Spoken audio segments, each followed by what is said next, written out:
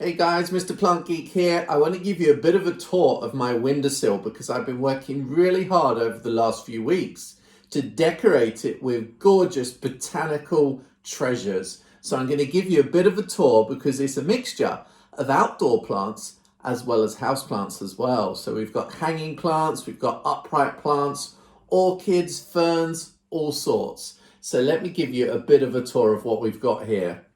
First up, we've got a begonia called Polka Dot. Now this is a begonia that my grandma used to grow. I absolutely adore it, and it's back on trend now as well. You'll see this begonia all over Instagram.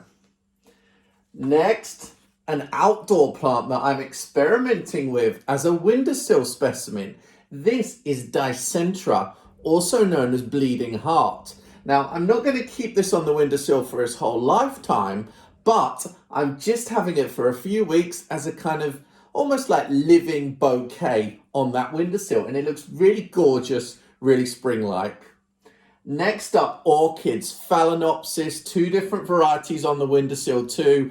They are really giving a punctuation of colour. I love foliage plants, but too many foliage plants means that's a lot of green. Next, another outdoor plant that's looking really, really good on the windowsill is Nummy Ziya.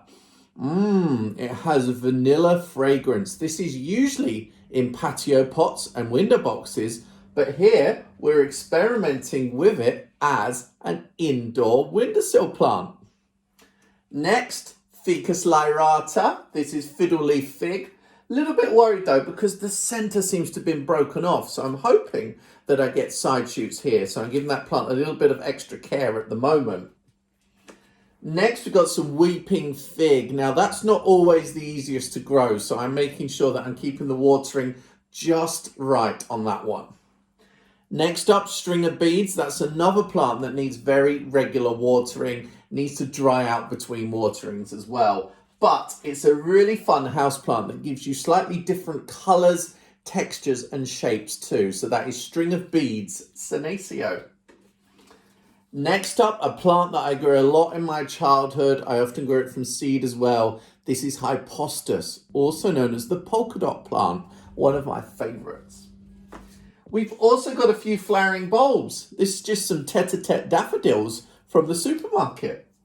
Another Phalaenopsis orchid there in the corner, and also a geum. Now, geums are usually outdoor plants, but this is one that I had left over from a TV shoot that I did, and I thought, let's just enjoy it in the windowsill for a few weeks. So look, you've got this lovely, almost like miniature silky rose-like bloom, and I've just got it on a temporary basis on a windowsill. I've even made special foil trays for those to sit in. Lastly, we've got the hanging plants. This is a Tradescantia, one that my grandma used to grow, and I'm really enjoying kind of reenacting, like almost like my grandma's windowsill with a lot of plants that she would have grown and propagated.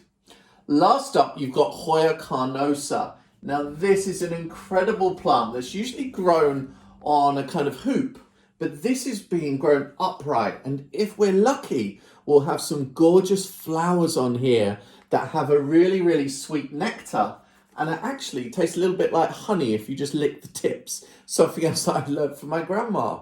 So there's a bit of a tour of my windowsill of beauty. As you'll see, it's a little bit experimental, but the idea is that you move around the plants from time to time and you kind of showcase plants at different occasions when they're looking their best. Experimenting with a few outdoor window box plants on a windowsill as well, so kind of blurring the boundaries between indoor and outdoor gardening. Hope you enjoyed it. Stay in touch. See you soon. Bye-bye.